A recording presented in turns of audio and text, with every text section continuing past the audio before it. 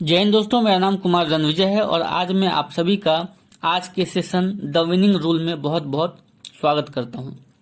दोस्तों, जैसा नाम से ही आपको समझ में आ गया होगा, द विनिंग रूल यानी कि जीतने का नियम। तो आज मैं इस सेशन में आपको बताऊंगा कि वो कौन सा नियम है जिस नियम से दुनिया में सभी लोग सफल होते हैं और लोग कामयाब होते हैं। दोस्तों, वो नियम है ट्राई ट्राई ट्राई अगेन, यानी कि जब आप बार बार कोशिश करते हैं तब जाकर आप सफल होते हैं। आपने सुना होगा, कोशिश करने वालों की कभी हार नहीं होती। कोई भी इंसान एक ही बार में सफल नहीं हो जाता, उसे बार बार कोशिश करनी पड़ती है, तब जाकर वो सफल होता है। आप भी अगर सफल होना चाहते हैं तो आपको भी इसी रूल को, इसी नियम को फॉलो करना पड़ेगा, तब जाकर आप सफल होंगे। 10 सितंबर 1964 को चीन के एक छोटे से गांव हंजाओ में मायून का जन्म होता है। मायून को बचपन से ही अंग्रेजी सीखने की बहुत इच्छा थी, इसलिए वो हंजाओ इंटरनेशनल होटल एक साइकिल से जाया करते थे, जहां बड़े बड़े और अमीर विदेशी नागरिक आते थे। मायून अंग्रेजी सीखने के लिए उन लोगों से पहले अपनी टूटी फूटी अंग्रेजी में बात किया करते थे। चीन में अंग्रेजी भाषा को उतना जरूरी नहीं माना जाता है, लेकिन मायून ने कुछ अंग्रेजी बोलना सीख लिया तो उन्होंने दूसरे देश से आने वाले विदेशी लोगों के लिए एक टूरिस्ट गाइड का काम किया। ऐसा करते करते उनका अंग्रेजी बहुत अच्छा हो गया। उन्होंने लगभग यह काम 9 वर्ष तक किया। टूरिस्ट गाइड का काम उन्होंने लगभग 9 साल तक किया। मायून ने नौकरी के लिए एक जगह अप्लाई किया, लेकिन उन्हें रिजेक्ट कर दिया गया। दूसरी जगह अप्लाई किया, रिजेक्ट। तीसरी जगह अप्लाई किया, रिजेक्ट। चौथी जगह अप्लाई किया, रिजेक्ट। पांचवी जगह अप्लाई किया, रिजेक्ट। इस तरीके से लगभग उन्होंने 30 जगह अप्लाई किया और उन्हें हर बार रिजेक्शन का सामना करना पड़ा। एक बार उन्होंने पुलिस की नौकरी की कोशिश की, पर उन्हें देखते ही मना कर दिया गया। इसके बावजूद मायून ने हिम्मत नहीं हारी। सोचिए, 30 जगह से उन्हें रिजेक्शन का सामना करना पड़ा, पुलिस की नौकरी के लिए अप्लाई किया, उन्हें देखते ही रिजेक्ट कर दिया गया, लेकिन उसके बावजूद उन्होंने कोशिश नहीं छोड़ी, वो कोशिश करते रहे। जब पहली बार KFC रेस्टोरेंट उनके शहर में ओपन हुआ फर्स्ट टाइम, तो लगभग 24 लोगों ने वहां पर काम के लिए, जॉब के लिए अप्लाई किया। उन 24 लोगों में से 23 लोगों को काम मिल गया, नौकरी मिल गई, लेकिन एक व्यक्ति जिसे नौकरी नहीं मिली वो थे मायून। 1998-1999 में China international electronic commerce centre के द्वारा एक IT कंपनी स्थापित की गई। वहां पर मायून ने कुछ समय तक काम किया और कुछ समय काम करने के बाद वो उस काम को छोड़कर, उस IT कंपनी को छोड़कर अपने जन्म स्थान हंजाओ आ जाते हैं। हंजाओ में अपने दोस्तों के साथ मिलकर उन्होंने पहली B2B ई-कॉमर्स वेबसाइट की शुरुआत की। धीरे धीरे उनका काम बढ़ा और आज पूरी दुनिया मायून को जानती है, क्योंकि ये मायून और कोई नहीं दोस्तों, अलीबाबा ग्रुप के संस्थापक जैक मा हैं।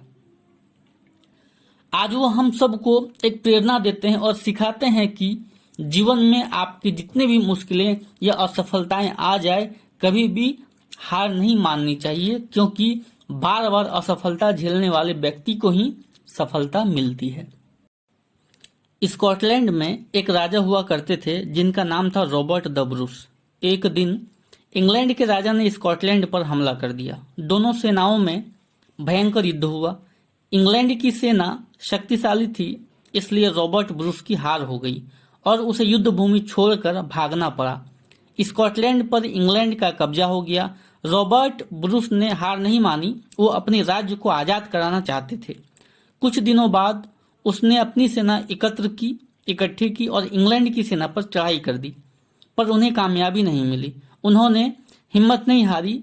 एक बार फिर से अपनी सेना उन्होंने इकट्ठी की और दोबारा इंग्लैंड की सेना पर हमला कर दिया। इस बार भी उनकी हार हुई। उन्होंने फिर से तीसरी बार हमला किया, हार गए। चौथी बार चढ़ाई की, फिर से हार गए। पांचवी बार चढ़ाई की, फिर से हार गए। छठी बार फिर से उन्हें हार मिली।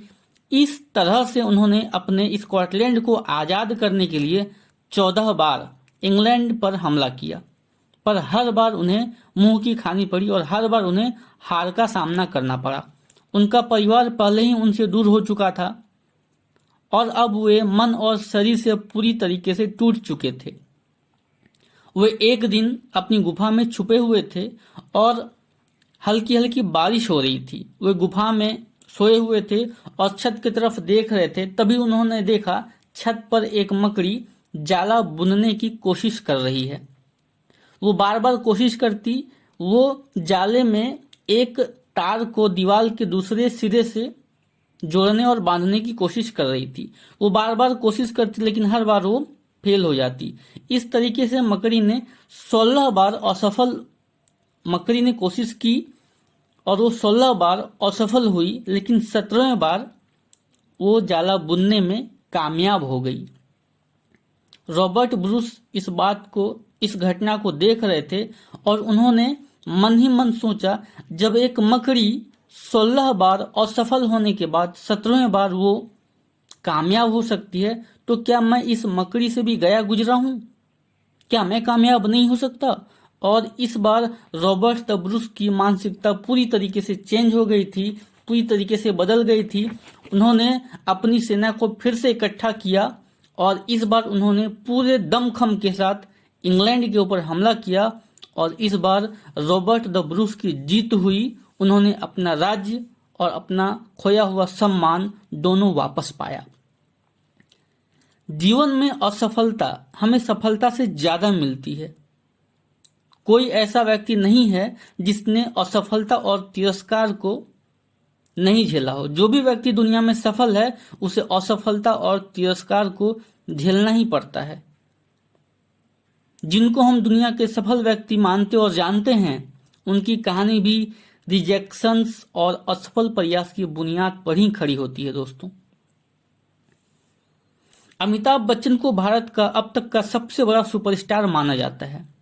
एंग्री यंग मैन से बॉलीवुड के शहंशाह होने तक अमिताभ बच्चन जी ने एक लंबा सफर तय किया है। अमिताभ बच्चन जी एक कवि परिवार से ताल्लुक रखते हैं। उनके पिता हरिवंश राय बच्चन जी एक महान कवि थे। उन्होंने अपनी पढ़ाई पूरी करने के बाद सिटी ऑफ ड्रीम, मुंबई जिसे हम सिटी ऑफ ड्रीम सपनों का शहर कहते हैं, वहां चले गए। वहां उन्होंने फिल्म इंडस्ट्री में अपनी किस्मत आजमाई, लेकिन अपने लुक की वजह से और अपनी लंबी कद की वजह से उन्हें बहुत समस्याओं का सामना करना पड़ा। उन्होंने रेडियो जॉकी के लिए भी कोशिश की, पर उनकी भारी आवाज होने के कारण उन्हें वहां से भी खारिज कर दिया गया। काफी मेहनत और धैर्य के बाद अमिताभ बच्चन जी को 7 हिंदुस्तानी मूवी में काम करने का मौका मिला, लेकिन उस फिल्म ने भी अच्छा प्रदर्शन नहीं किया। अमिताभ बच्चन जी ने बैक टू बैक 9 फिल्में की और 9 फिल्में फ्लॉप हो गई। उन्होंने कई छोटी भूमिकाएं भी निभाई, दूसरों के लिए आवाज भी दी, लेकिन उन्हें सफलता जंजीर मूवी से मिली और फिर उसके बाद उनकी किस्मत ही चेंज हो गई। उसके बाद उन्होंने एक से बढ़कर एक हिट फिल्में दी। साल 1995 में उन्होंने अपनी खुद की कंपनी ABCL यानी कि अमिताभ बच्चन कारपोरेशन लिमिटेड शुरू की। इस कंपनी ने 1996 में मिस वर्ल्ड जैसा मेगा इवेंट भी किया। इस इवेंट से कोई बड़ी कमाई नहीं हुई, बल्कि बिग बिग पर बहुत बड़ा कर्ज चढ़ गया। उनकी कंपनी के खिलाफ कई कानूनी मामले भी दर्ज हो गए, यहां तक कि बैंक उसके बाद उनको बहुत सारे नोटिस बैंक ने भेजना चालू किया कर्ज वसूली यानी कि लोन वसूली को लेके। बिग बी को अमिताभ बच्चन जी को अपना बंगला प्रतीक्षा तक गिरवी रखना पड़ गया। ABCL का लक्ष्य था 1000 करोड़ की कंपनी बनने का, लेकिन इस बैनर की पहली फिल्म ही बुरी तरीके से पिट गई और उनके ऊपर 90 करोड़ का कर्ज हो गया। कोर्ट ने अमिताभ बच्चन जी को दिवालिया तक घोषित कर दिया। जिस उम्र में लोग रिटायरमेंट की तरफ आगे बढ़ते हैं, उस उम्र में उन्होंने अपनी जिंदगी की दूसरी पारी की शुरुआत की।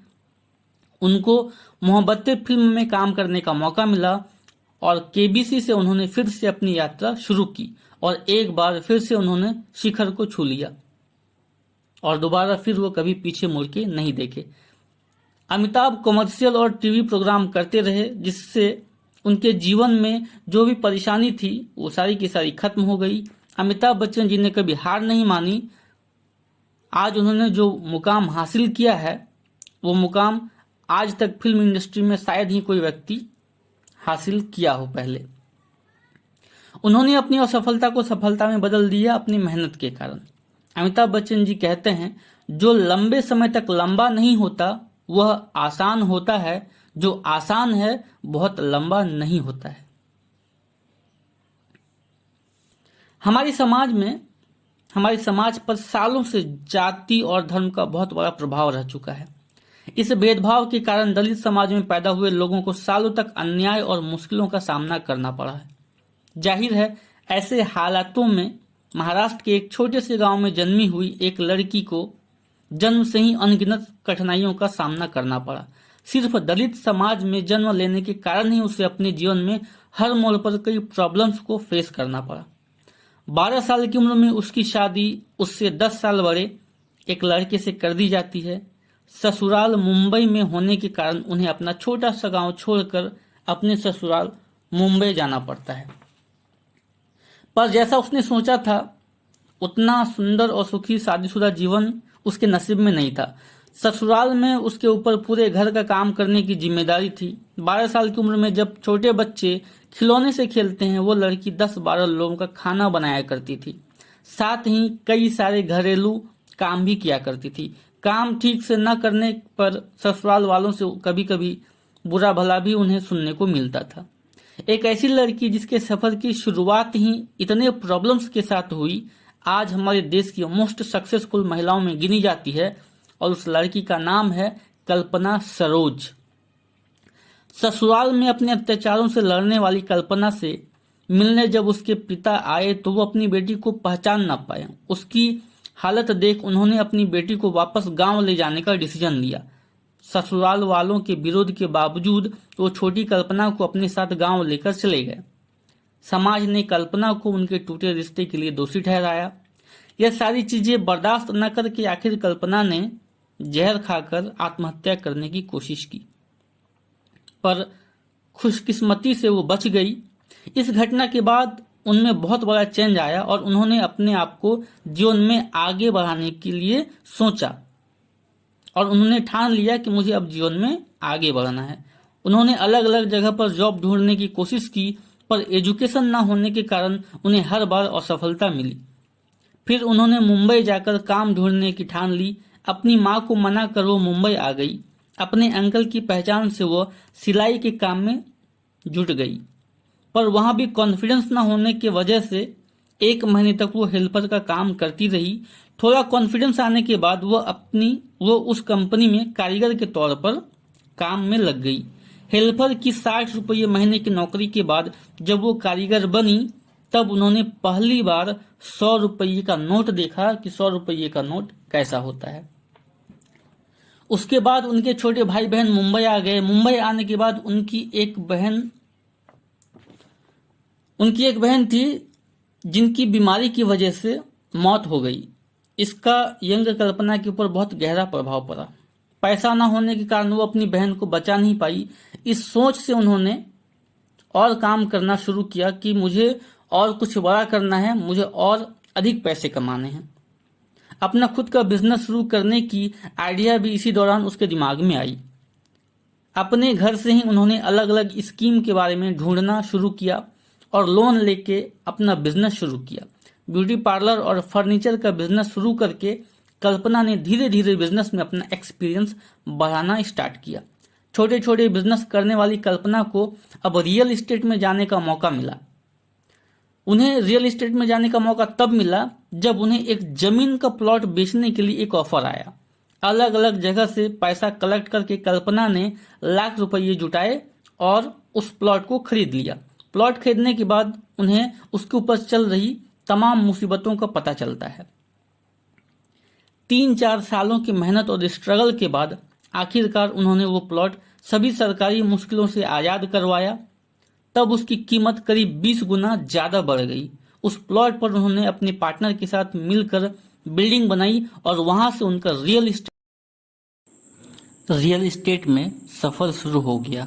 इतनी मुश्किलों के बाद अब जाकर कल्पना जी को लोग जानने और मानने लगे थे, पर उनके जीवन में अभी टर्निंग पॉइंट आना बाकी था, जिसका नाम था कमानी ट्यूब्स।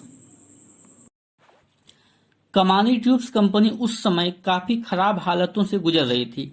ऐसे मुसीबतों के चलते वो जल्दी ही बंद होने वाली थी। यह देख के कमानी ट्यूब्स में काम करने वाले कर्मचारियों ने कल्पना जी से कंपनी को संभालने का ऑफर रखा।